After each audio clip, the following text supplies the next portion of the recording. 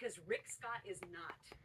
That would have been all wheels off the rails with MAGA.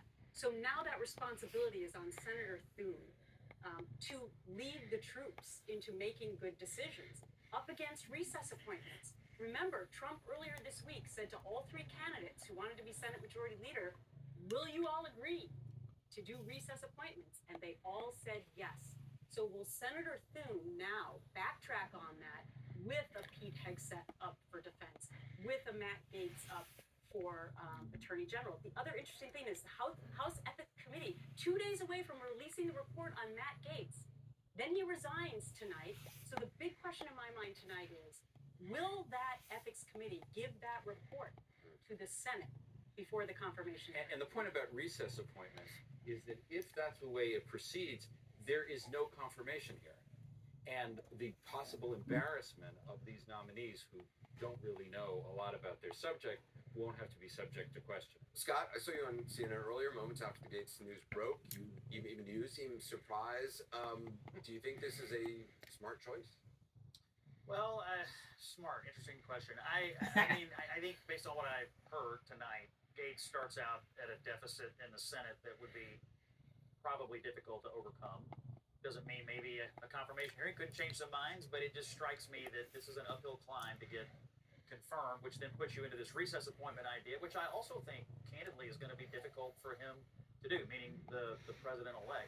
So I think of everything he's announced, which I don't really have a problem with anything that he's announced, this Gaetz thing strikes me as the most problematic if you're looking at it from a political and legislative affairs matter. So I am really sort of shocked by it. One question I have, and I haven't seen anyone answer it yet, is I read that Matt Gaetz resigned from the Congress effective today, but he resigned from this Congress. He just got elected to the next Congress. And I don't know exactly how that works. I mean, I assume because he just got elected to the next Congress, he's still entitled to show up and be sworn in January. Now, I've called a couple of people to find out how that would work. It's a rather unique situation. It is very unique because he has resigned from the current Congress, having just gotten elected to the next one. So I'm also wondering about how Yet again, how that might Donald work. Trump makes history. Yes, absolutely. So there are lots of questions swirling. My general view is of the people that have been deemed controversial, I actually think Hegseth and Gabbard have more than a fighting chance of being confirmed. Gaetz is the one who I would think starts under the line and is going to have a more problematic path if it advances that far. Congressman Dent, do you share Scott's belief that this might be one like too far for enough senators, Republican senators?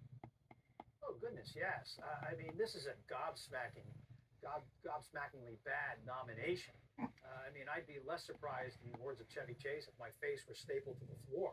I mean, this is really a bad nomination, and I can't imagine any circumstance under which Matt Gaetz would be confirmed.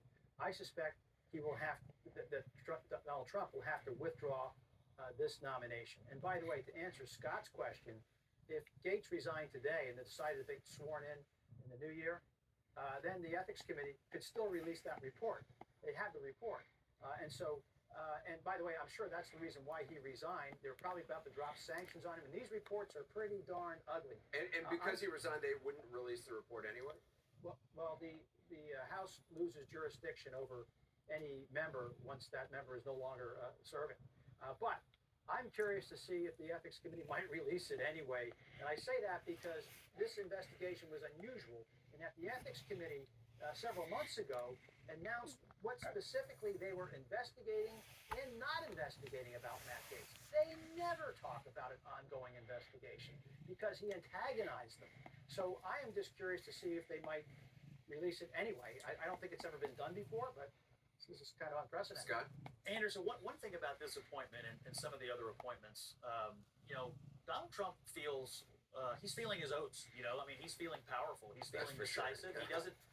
He doesn't feel like he owes anybody anything. He obviously doesn't feel like he needs to negotiate any of these things, even with the Senate that has to confirm them. I mean, this is a guy who's feeling fully powerful as the president-elect, and certainly within the Republican Party. And so, if this is an attempt to provoke a showdown, who is going to actually run this party, and will you let me do it? It sets up a very, very interesting showdown over a very controversial subject matter. Now, again, we'll see how this all plays out. I have the feeling, the sensation that something else is afoot here. But that to me is Trump is signaling to Washington D.C.